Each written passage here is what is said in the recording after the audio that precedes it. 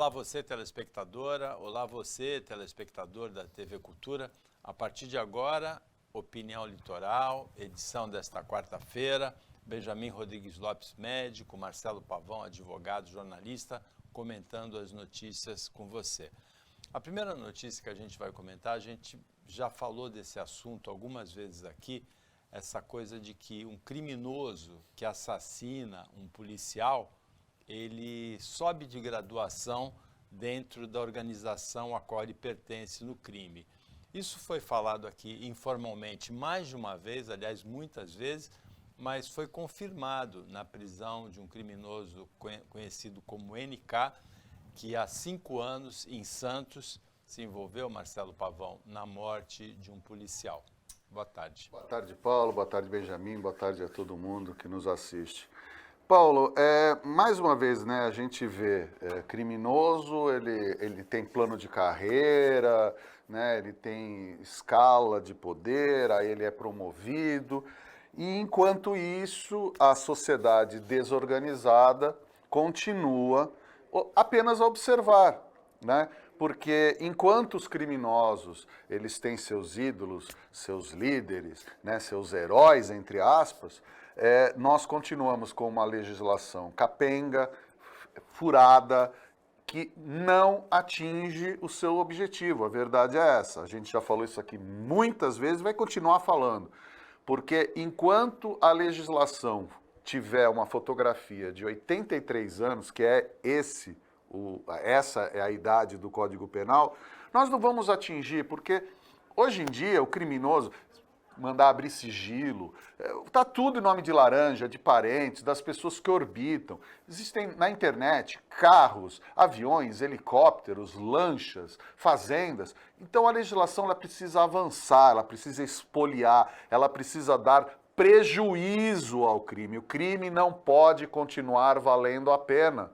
Hoje, na realidade, o que a gente vê e constata? A polícia sai, vai à rua, prende o bandido, bota na cadeia e a lei retrógrada, falha, capenga, bota essa pessoa para fora pela porta da frente. Então, enquanto a gente tiver uma fotografia desatualizada, a gente vai ter esse tipo de notícia, né? Que o bandido foi promovido enquanto a gente fica assistindo atônito essa desorganização da sociedade. Bom, o bandido foi promovido na época do crime, há 5 anos, e foi preso nessa semana, e o delegado se referiu a essa promoção. Benjamin, boa tarde. Boa tarde a todos que nos assistem agora à tarde ou na representação. Ele foi promovido, mas a expectativa de vida dele, felizmente ou infelizmente, não é longa. A gente tem estatísticas de que a média de vida deles é 20, 30 anos após os primeiros crimes. O crime não compensa. Em alguns momentos dá um desespero na gente, ditos cidadãos de bem, de que a polícia é inerte, que o judiciário é inerte. Então eu cansei de falar, quanto ao Guarujá, eu já externei minha posição. Eu acho que o motivo por que começou a Operação Escudo é um motivo desvirtuado. Deveria ter sido muito antes, quando os primeiros traficantes tomaram conta do morro, quando os cidadãos normais foram assassinados. Bem, foi uma reação à polícia a um policial morto. Também acho que a polícia não pode ficar inerte. Então eu queria fazer 2 propostas, Paulo e Pavão, se vocês me permitem. Assim como essas entidades de crimes têm valorização por mau comportamento do bandido, por que a nossa bancada da bala, nossos deputados, nossos senadores, eleitos com a promessa de lutar pela melhoria da polícia, pela melhoria do judiciário, nosso governador, que é um ex-militar, eu tenho 2 pequenas propostas. Primeiro, bandido que assassina ou atira em policial tem que ter sua pena aumentada, tem que ser punido rigorosamente. E a segunda, policial que é ferido na atividade tem que ser valorizado. Um juiz, um mau juiz, quando comete um crime, quando ele é afastado, ele é aposentado compulsoriamente com todos os vencimentos. Um policial, quando fica sequelado, quando fica paraplégico ou quando morre, não tem nenhuma valorização. Vamos olhar com cuidado para essas pessoas que têm que proteger a sociedade. O delegado Fabiano Barbeiro, que se referiu a essa promoção, ele disse assim: infelizmente a ética deles é avessa, quanto pior, melhor. Essa coisa de promover o criminoso que mata um policial. Tem duas pautas assim referentes a problemas sérios de saúde pública aqui na Baixada Santista. Um deles também é de um assunto que há muitos meses a gente vem comentando, Benjamin, que é a degradação do sistema público de saúde, de educação em Cubatão. Não é o sistema público de saúde, é de educação. Também a gente, um ato falho, mas é um problema de saúde, esse na educação. Nós tivemos, assim, muitas interrupções de aula em Cubatão. O prefeito foi condenado por contratação de uma empresa sem licitação para fornecimento de merenda escolar. Teve greve de funcionários da limpeza de escolas de Cubatão, e talvez até o que a gente vai comentar hoje seja um reflexo disso, isso no final do semestre passado. Teve greve também dos controladores de acesso. Tudo quanto é tipo de problema tem havido no Sistema Público Municipal de Educação em Cubatão. Agora, dessa vez, parece que foi longe demais. Uma professora, escovando os dentes, achou que a água tinha um cheiro muito estranho e foi descoberto um pombo morto em estado de decomposição na caixa d'água, sendo que essa água foi utilizada para produzir um achocolatado que as crianças tomaram. O que a gente vai falar de Cubatão? Eu tenho um vínculo afetivo. É bom a gente falar que houve ventanias recentes, que a ventania muitas vezes destelha ou quebra, levanta tampas de caixa d'água, mas é inadmissível o que aconteceu em Cubatão. Então, como estava falando, Paulo, eu tenho uma ligação afetiva profissional com Cubatão. Meu primeiro emprego pós-médico foi na cidade de Cubatão, eu até hoje atendo em Cubatão. Peço até desculpas que hoje eu não vou atender em Cubatão porque eu estou gripado ainda, então achei por bem. Mas o que a gente tem assistido em Cubatão é uma triste história de uma destruição. São 6 anos de um desgoverno na cidade e que, olha, nós começamos a noticiar isso aqui com um olhar agudo de Paulo Schiff. Paulo, em algum programa desses, nos trouxe uma notícia que eram as persianas da prefeitura de Cubatão estavam imundas. E eu pensava assim, qual é a relevância? A relevância é que quem não cuida da própria casa, a prefeitura, no caso o prefeito, como é que vai cuidar da casa da cidade? Mas a casa da cidade é a escola. Essas crianças, e Cubatão já teve um sistema de ensino de primeiríssima qualidade. Os professores corriam para trabalhar em Cubatão porque era o melhor emprego público da região. Hoje eles estão desmotivados, a gente vê o estado de degradação das escolas, a gente vê o estado de degradação moral, Paulo. Quando a gente faz licitações ou faz contratos de emergência para fraudar licitações, e a palavra fraudar é muito forte, porque quer dizer o seguinte, olha, eu deixo vencer o prazo para não dar tempo de fazer uma licitação. Aí eu contrato por emergência e posso até contratar correto, como também posso não contratar. Posso contratar meu apaniguado, o preço pode estar superfaturado. A gente começa a criar na cidade uma sensação de abandono. Essa sensação agora está contextualizada, está concreta. Dentro da escola havia um pombo morto, mas é na água que o teu filho bebe. É na água que foi feito o achocolatado.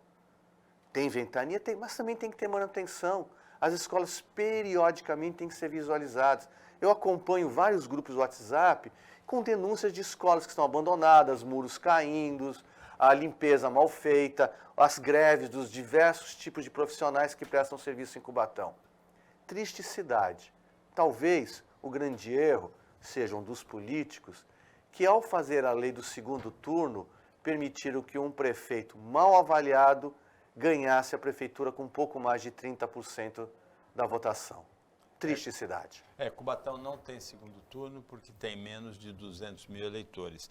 Agora, se a gente consultar um infectologista como o Ricardo Aiden, o Marcos Caseiro, que já participaram daqui do Jornal Litoral, do jornal Opinião Litoral, eles vão dizer que o pombo pode transmitir criptococose, que é uma doença chamada como doença do pombo, pelas fezes do pombo, que já matou algumas pessoas aqui na Baixada Santista.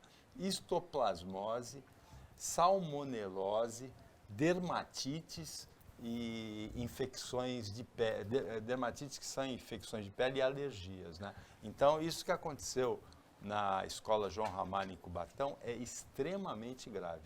Paulo, eu quero apenas complementar o que o Benjamin falou, trazendo dois aspectos que a mim me parecem extremamente importantes. Primeiro, a inexistência, pelo menos se desconhece, a existência de um protocolo de higiene dos prédios públicos, principalmente em relação à água, esgoto e ao restante. Porque no momento que a gente constata que uma professora precisou sentir gosto ruim da água, ao beber essa água, para se observar que havia um animal morto na caixa d'água, e após todos esses eventos que a gente tem presenciado aqui na Baixada Santista, porque vamos ficar nos fatos, é muito vento, é muita destruição, destelhamento, que pode fazer com que essa pomba, ou outro animal, um morcego, um rato, caia na caixa d'água. Isso aí ocorre. Só que protocolos rígidos devem ser instaurados para prédios públicos, sejam eles da área de educação, abastecimento, saúde, inclusive os prédios administrativos, para que, após eventos climáticos, esses órgãos sejam fiscalizados. E eu chamo uma segunda parte que a mim me parece mais preocupante ainda.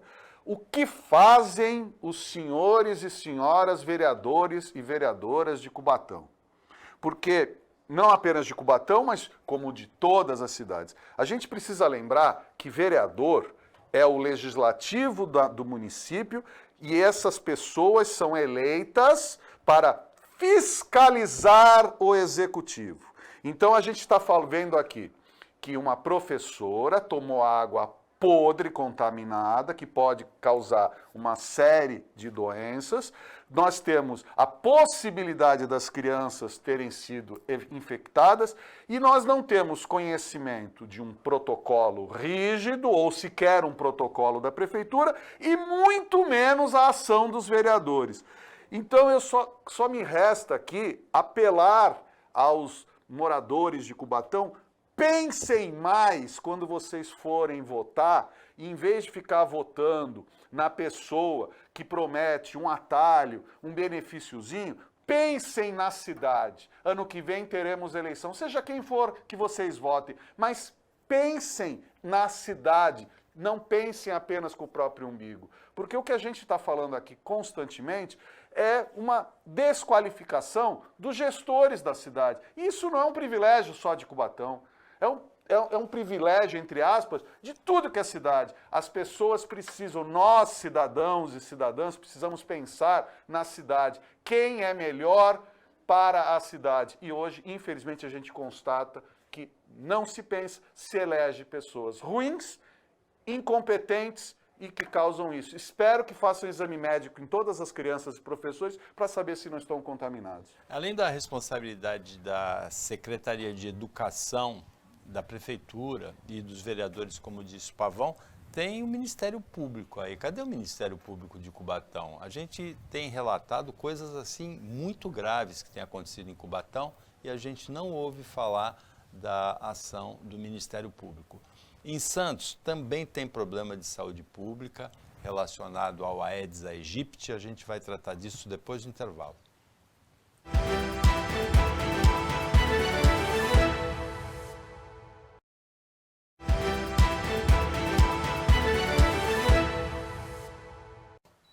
Voltando com a opinião litoral desta quarta-feira, o Marcelo Pavão e o Benjamin Rodrigues Lopes estão analisando as notícias com você. Tem uma outra notícia, Benjamin, de saúde pública, essa referente a Santos. Os focos do Aedes aegypti, detectados nos mutirões que são realizados 4 vezes por ano, mostraram que neste inverno, aumentaram em 42% em Santos. É muito foco de Aedes, que é um mosquito polivalente, né? Transmite, além da dengue, a zika, a chikungunya e até a febre amarela urbana, e parece que a gente relaxou com isso, né? Não, o Paulo Schiff está o próprio Titãs cantando a música das doenças. Hoje a pauta é... Mas assim, hoje de manhã eu estava, até quero aproveitar que o Pavão estava aqui, eu escutando o Pavão num outro veículo, ele deu uma aula sobre dengue e Aedes. E parabéns. O que a gente sabe do Aedes aegypti? O Aedes aegypti é um mosquito importado. Ele veio para o Brasil, se aclimatou e hoje ele vive muito bem, obrigado, em todo o nosso litoral e já entrando para o interior também. Ele é um mosquito que a grande proliferação, o grande crescimento das larvas é no verão. Quando a gente faz o monitoramento durante o ano, a gente está com um mapa do tempo. Nós estamos dizendo o que vai acontecer no verão. Tem um filme que aconteceu, eu sei o que aconteceu no verão passado? Não. Eu sei o que irá acontecer no verão futuro. Quando eu tenho muito mosquito nesta época do ano, eu vou ter um estouro nos meses quentes, até porque nosso inverno está quente, tirando esses últimos dias, e que a gente vai ter provavelmente uma epidemia de dengue na nossa região. O dengue tem 4 tipos, ou sorotipos. Então, você ter tido dengue uma vez não te deixa imune. Você pode pegar os outros sorotipos. E quanto mais vezes você pega a dengue, mais chances de você ter o dengue hemorrágico. As outras 2 doenças, o Zika e a chikungunya, são mais recentes. Mas a chikungunya dá uma dor no corpo incapacitante. Pessoas perdem empregos e resto de vida por causa de chikungunya. E o Zika ficou muito marcado por uma das maiores desgraças, que foi a microcefalia. Crianças nascendo com cérebro pequeno. Temos também a febre amarela das cidades. Dá para fazer isso. Dá para evitar essa doença. Mas por que eu falei que o Pavão foi perfeito? Porque o que não está sendo feito? Falar sobre isso. É função do poder público municipal, poder público estadual e federal gastar com propaganda. Qual propaganda? Da obra que eu fiz? Não, propaganda em saúde. Se eu não martelar na tua cabeça que está me ouvindo, que tem que tirar a água do vaso, que tem que limpar a calha, que tem que olhar a caixa d'água para ver se não tem um pombo morto. Tem que fazer isso e a gente tem que ser condicionado todos os dias, porque a gente é humano e a gente tende ao relaxamento. Parar de fazer propaganda das camisinhas, a gente tem surto de não só da AIDS, quanto da sífilis. Pararam de fazer propaganda contra o cigarro e a gente começa a ver a estatística aumentando novamente. E contra a dengue, não tem propaganda. Eu queria pedir ao prefeito de Santos, ao desprefeito de Cubatão, ao prefeito da Coraçãozinho, da nossa cidade vizinha, que vale sobre o dengue, que invista maciçamente agora para evitar a crise sanitária de dezembro, janeiro e fevereiro, com os nossos hospitais, pronto-socorros e UPAs lotados com dengue. Guardem essa matéria, vocês vão ver ela em dezembro. Paulo, é apenas ratificar isso, que a gente estava falando agora dos protocolos em relação às caixas d'água. A gente amplia aqui do Aedes aegypti em todos os condomínios, Paulo. Nós tivemos agora, nós ficamos 2 anos e meio, quase 3 anos com a pandemia, onde as pessoas ficaram em casa, começaram, revisitaram, trazer plantas, vasos para suas casas, porque você ficava em casa, você tinha que fazer algo. E, de fato, você não vê mais propaganda institucional, oficial, orientando as pessoas. E a gente precisa ter esse tipo de ação, como se a gente, quando teve a década de 80 e 90, que na televisão se ensinava até a se colocar a camisinha. Aí o pessoal fala, mas qualquer um sabe. Não, as pessoas não usam, é esse que é o detalhe. E nos prédios, nas casas, os hábitos, quantas pessoas que estão, você que está nos assistindo, quantas vezes você se lembra dos últimos meses ou até anos, que você foi ver o seu vasinho, que está no seu vitrozinho, que está no seu jardinzinho, que está... As pessoas simplesmente ignoraram, porque a dengue, chikungunya, zika virou uma coisa do dia a dia. Só que quando a gente passa nas ruas e vê aquela criança com o cérebro diminuído, com os seus problemas físicos, com os problemas respiratórios, com toda a dor que causa a zika, ou as consequências da chikungunya, a gente fica falando, por que não teve empatia com o próprio filho? Então a gente precisa expandir, a gente falou agora do pombo, a gente precisa expandir no nosso prédio, sabe? Se o síndico é meio omisso, chamem o síndico, a síndica, façam comissões nos prédios, façam comissões de pais e mestres, voltem a se unir para a gente poder fazer campanhas, como teve o do cigarro. O Benjamin bem lembrou, as pessoas hoje entram no restaurante, numa lanchonete, e não acendem mais o cigarro. Há muito pouco tempo atrás, né, coisa de pouco mais de 10 anos, instalar, eu fazia audiência com o juiz fumando na sala de audiência. Até advogado fumava. Então, a gente precisa estar sempre com campanhas publicitárias, a propaganda institucional, como o Benjamin falou, existe dinheiro para isso. Os nossos governantes, eles precisam investir na informação. Quando eu era pequeno, na década de 70, eu me lembro do personagem Sugismundo, que dava um tapa na nossa cara, porque era um cidadão que andava com mosca na cabeça, todo sujo, que fugia do banho. E hoje, o Benjamin pode até falar a quantidade de homens que perdem o pênis, sim, por falta de higiene. Então, assim, se a pessoa não sabe tomar banho, a gente precisa ensinar.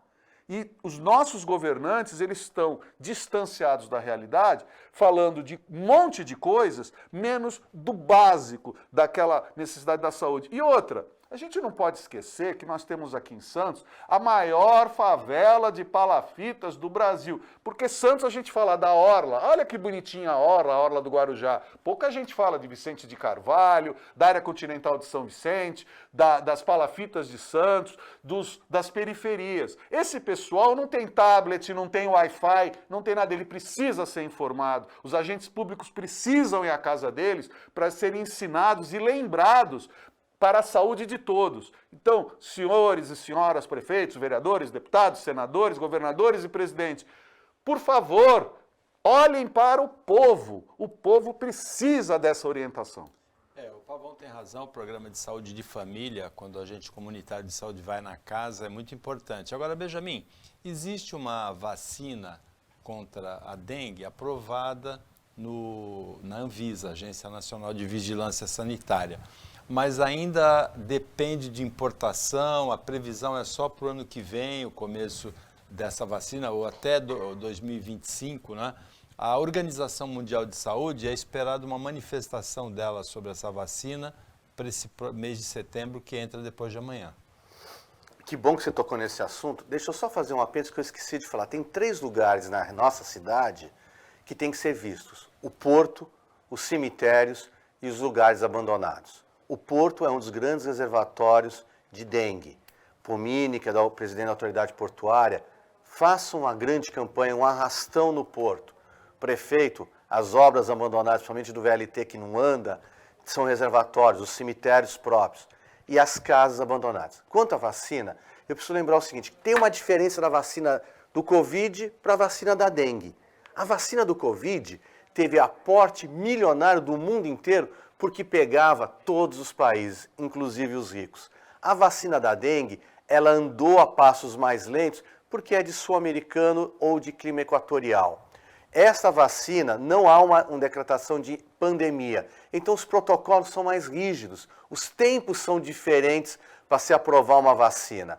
Essa vacina já tem autorização da Anvisa, mas falta que a OMS dê a chancela para que a gente possa utilizar. Ela protegerá da dengue, mas as outras 3 doenças, não. A gente quer que ela corra contra o tempo, mas é o fator econômico. Doença de rico corre rápido, doença de tropical demora. No próximo bloco, a hora da depressão, né? As questões, as chagas sociais brasileiras. Um relatório da OCDE, Organização para a Cooperação e Desenvolvimento Econômico, mostrou que o Brasil é o 2º no ranking mundial em porcentagem, parcela de população de jovens que nem estuda e nem trabalha. E um relatório das Nações Unidas mostrou que 21 milhões de brasileiros enfrentaram insegurança alimentar no ano de 2022. É a depressão e é depois do intervalo.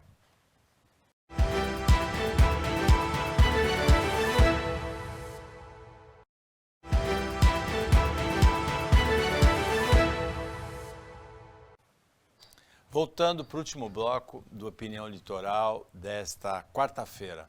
O Marcelo Pavão, Benjamin Rodrigues Lopes estão analisando as notícias com você.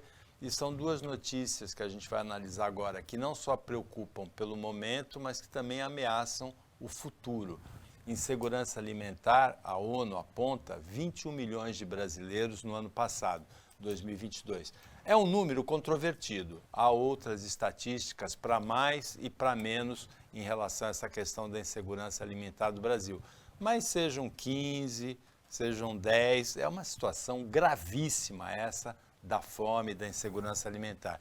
E a outra é a do jovem que nem trabalha e nem estuda. O Brasil é segundo no ranking, de acordo com a Organização para a Cooperação do Desenvolvimento Econômico. Só a África do Sul tem uma situação pior que a nossa, Benjamin.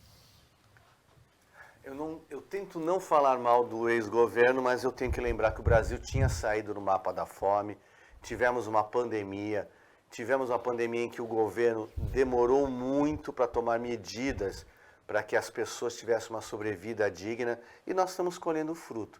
Eu lembro que eu andando no interior de São Paulo, no momento da pandemia, eu vi um senhor catando madeiras, gravetos na beira da estrada, porque ele ia cozinhar com madeira, porque ele não tinha dinheiro para comprar o gás. Quanto à questão do neném, a gente vive um fenômeno social muito profundo. Os adolescentes, os jovens, não querem mais sair de casa.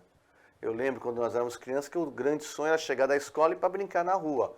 O grande sonho deles é sair da escola para ir para o quarto, entrar no computador, no videogame, e eles vão postergando as interações sociais. É um fenômeno que nós estamos visualizando. Eu sempre lembro do Isaac Asimov com um livro chamado Cavernas de Aço, que ele conta essa história, utopicamente, num planeta distante. Nós vivenciamos isso na nossa cidade. As estruturas sociais estão abaladas. Ontem eu conversava com uma residente minha, uma médica formada, mas muito jovem, 25, 26 anos, sobre esse questionamento de morar sozinho. E ela falou assim, olha, eu não tenho a menor vontade de morar sozinho, eu quero continuar morando com a minha mãe. Eu não quero ter um carro, eu ando de Uber. Eu não quero mais me encontrar na rua, eu tenho o celular e a vida social pela internet. É uma outra geração que está construindo um outro parâmetro. O grande problema é o que eles vão construir na sociedade, porque o neném também tem um compartimento que é o seguinte, eu não tenho esperança de sobrevida. Quando meus pais chegaram da Espanha na década de 50, o sonho é estudar o filho para ele ser médico, para ter a vida garantida. Na década de 70, era eu dar uma bola para ele ser jogador de futebol. No ano 2020, eu ensinar meu filho a fazer uma dancinha para ele ganhar no TikTok e ficar milionário. Olha, eu quero complementar apenas a fala do Benjamin e trazer algumas observações para você que está nos assistindo dar uma pensada. Você que é pensionista, aposentado ou aposentada, o seu dinheiro é gasto por você ou é por filho, neto, sobrinho, agregado, todo mundo que mora? Porque o que mais a gente vê hoje é idoso, aposentado ou pensionista refém da sua família. E é por isso que surge o neném. Porque os idosos são mantidos numa casa para sustentar a família. E aí, se entra a aposentadoria da avó, da tia, todo mundo fica na sua aba. Essa é uma grande realidade, é um dos maiores problemas sociais que nós temos no Brasil. Então, as pessoas mantêm o idoso e muitas vezes até utilizam sua pensão, sua aposentadoria, sem o idoso sequer ter contato. Então, isso é uma coisa que a gente precisa atacar, porque quem não conhecer, então não está no Brasil. Porque todo mundo no Brasil conhece alguém que explora o idoso. E é por isso que surge isso.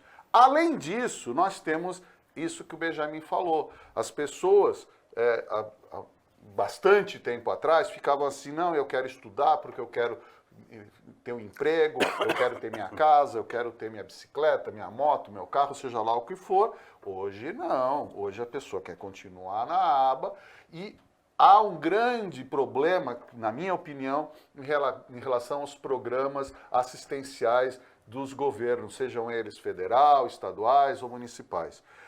Eu, pessoalmente, penso que há necessidade de se ter uma contrapartida. Você vai ter o Bolsa Família, você vai ter o Bolsa isso, Bolsa aquilo, você tem que ter uma contrapartida de fazer um curso técnico, de você ter diploma, de você voltar para a escola, de você ter um controle. Porque do jeito que a coisa está sendo feita, e ficou pior por uma questão emergencial na pandemia, houve um derrame de dinheiro na sociedade, e esse derrame hoje se traduz no seguinte: se eu tenho mais filho eu ganho mais, se eu moro sozinho eu ganho mais. Então, há um desvirtuamento moral na sociedade que está se alastrando. E aí as pessoas começam a fazer seus esqueminhas.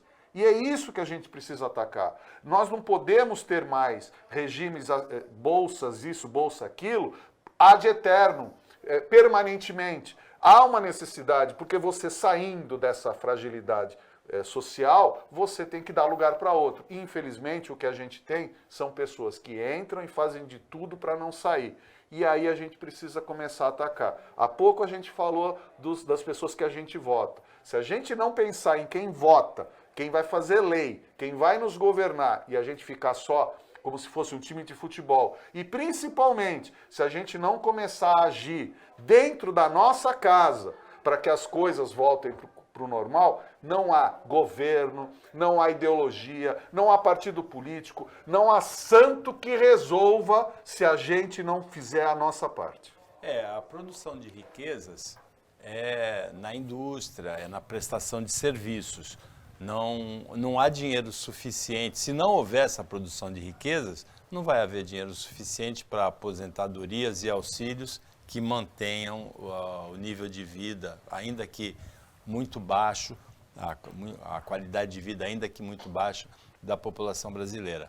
Da hora da depressão para a hora do medo, né? A reação das pessoas diante dos casos de violência e crueldade que a gente tem visto é impressionante. Pavão, rapidamente, uma chacina com 9 mortes na Bahia, faz alguns dias, a polícia ontem enunciou a hipótese de que tenha sido provocada por ciúme. Um criminoso entendeu que a ex-namorada estava namorando um outro sujeito, mandou matar, acabaram morrendo 9 pessoas, até crianças, até moças que protegeram as crianças, de uma crueldade assim inacreditável. No Rio de Janeiro, um ex-namorado espancou, matou a ex-namorada, uma jovem, ligou para a mãe dizendo: vai buscar tua filha que está morta. A gente chegou num ponto assustador. Paulo, Rapidamente, os dois fatos que você falou são fatos que a internet divulga, torna celebridades essas pessoas. É isso que a gente precisa começar a atacar também. Porque essas pessoas, elas fazem o que fazem porque elas querem estrelato. Elas querem viralizar, elas querem amanhã, porque não vamos nos enganar, esses 2 casos, tanto o da Bahia quanto o do Rio de Janeiro, amanhã estão esperando algum editor ficar escrevendo livro, alguma minissérie ser feita sobre o caso deles para eles ganharem dinheiro. Então a gente precisa começar a pensar nessas consequências. E o crime não pode continuar valendo a pena. Uma chacina dessa, vários morreram em confronto, um pelo menos foi preso. A gente precisa começar a pensar em serviços forçados, sim. Prisão perpétua, sim. O crime e espoliação acima de tudo, porque o cara mata, o cara rouba, o cara faz isso, ele ostenta, e aí ele passa tudo para o primo, para a prima, para a esposa, para a mãe, para o pai, e congela seus bens. Todos devem ser expostos. Mas o primo não tem nada a ver. Então ele não acoberte mais ninguém, porque hoje é um acobertando o outro. Então assim, a gente precisa pensar no que a gente quer para amanhã, porque se a gente continuar um degladiando com o outro, um batendo com o outro, achando que só existem 2 lados da coisa, a caravana vai continuar passando e nós sempre estaremos perdendo. Eu vou discordar do Paulo Schiff, porque assim, eu não acho que foi por ciúmes. Ciúmes tenho eu. Tenho ciúmes da minha esposa, ciúmes do meu cachorro. Ali é uma sociopatia. Um cara que mata 20 pessoas, 10 pessoas, 8 pessoas num descontrole desse, ele é um sociopata. E ali não há prisão suficiente para esse sociopata. Nós estamos discutindo recentemente o Champinha, que está com prisão perpétua, entre aspas, porque ele está no manicômio judicial. E nós estamos acabando com os manicômios do Brasil judiciais. O que vai ser feito desses casos?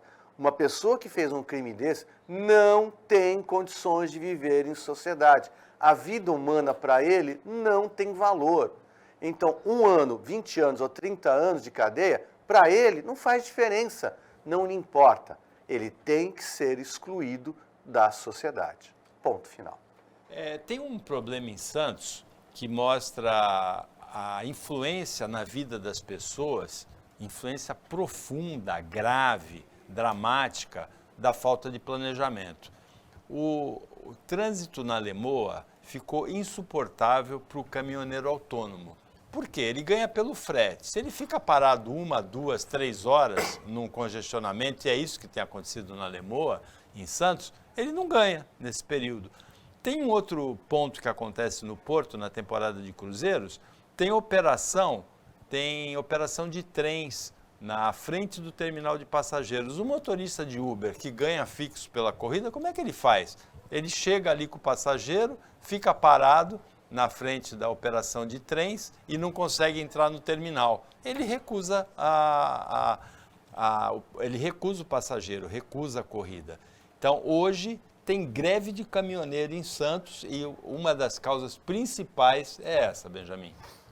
Eu sou uma vítima dessa greve, porque eles paralisam a Anchieta, imigrantes, eu circulo por ali e tem dias que eu quase não consigo chegar nos compromissos.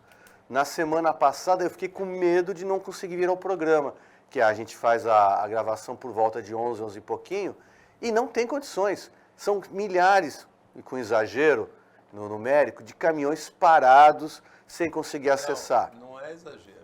Hoje eu acertei no Porto de Santos recebe entre 12 e 14 mil caminhões todos os dias. E a gente vê que estão sendo feitas obras nas pistas, mas no bairro da Lemoa, que é competência da prefeitura, é hoje o nó górdico. É ali que está o problema. Acho que o prefeito obreiro, Rogério Santos, tem que virar o olho para lá. A CET, e a gente sempre reclama, com razão, da indústria de multas, da onda vermelha dos semáforos. Vamos tirar um pouquinho a cadeira debaixo dos glúteos e vamos para essa região, vamos tentar organizar, vamos pensar a cidade. O que o Paulo falou da temporada de cruzeiros se repete todos os anos. Como é que a gente pode fazer a composição? Neste momento, a autoridade portuária conversa com a cidade. O presidente Pomini tem boa vontade. É possível uma solução mais cara, mais barata, temporária. Eu lembro alguns anos atrás, a ex-prefeita de Cubatão, Márcia Rosa, ela fechou a entrada da cidade, porque os caminhões estavam completamente ocupando, deixando o trânsito congestionado, não podia ter saída da cidade. Teve que dar um berro para ser ouvida nacionalmente. Pena que hoje o prefeito de Cubatão não cuida nem dos pombos e o Rogério não olhou para o Porto ainda. Paulo, só quero acrescentar a seguinte questão. Essa situação dos caminhões, seja dos contêineres, seja do trem, seja do porto em si, tem que ser analisada em conjunto. Não adianta pensar caminhão se não pensar trem, se não pensar navio, se não pensar cidade. E, infelizmente, o que a gente não tem é gente pensando em conjunto. Eu vejo muita gente dando entrevista, fazendo programinha, falando que vai ficar uma maravilha, que isso aqui vai virar uma Europa na América do Sul. De prático, eu só vejo blá, blá, blá. É como a ligação seca, é como a privatização da autoridade portuária, é tudo blá, blá, blá. Ninguém senta e fala, olha, tem um projeto macro que vai resolver os problemas. Infelizmente, gostaria que... Está convidado a vir ao programa aqui, alguém que pense macro e que tenha uma solução conjunta para todos. Até agora não vi nada. O programa de hoje teve preocupação com a organização do crime. O delegado Fabiano Barbeiro indicou que a morte de um policial fez com que um criminoso fosse promovido dentro de uma facção criminosa. Teve preocupação também com a saúde pública. Em Cubatão, um pombo morto na caixa d'água. Em Santos, aumentando os focos do Aedes aegypti, que transmite mosquito polivalente, transmite várias doenças. Teve preocupação com o futuro e também com o momento atual. A geração neném, o Brasil é o segundo país, só perde para a África do Sul no ranking.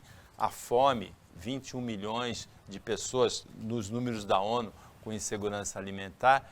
Teve esse problema final da crueldade, né? O namorado que mata a ex-namorada, avisa a mãe, a chacina na Bahia por ciúmes. E tem, para terminar, uma notícia interessante, para desanuviar um pouquinho toda essa preocupação. Hoje é um dia de superlua azul. O que é a superlua azul? A lua no ponto mais próximo da Terra, ou seja, com 30% a mais de brilho do que normal. E por que a lua azul? Aí é a superlua. Por que é azul?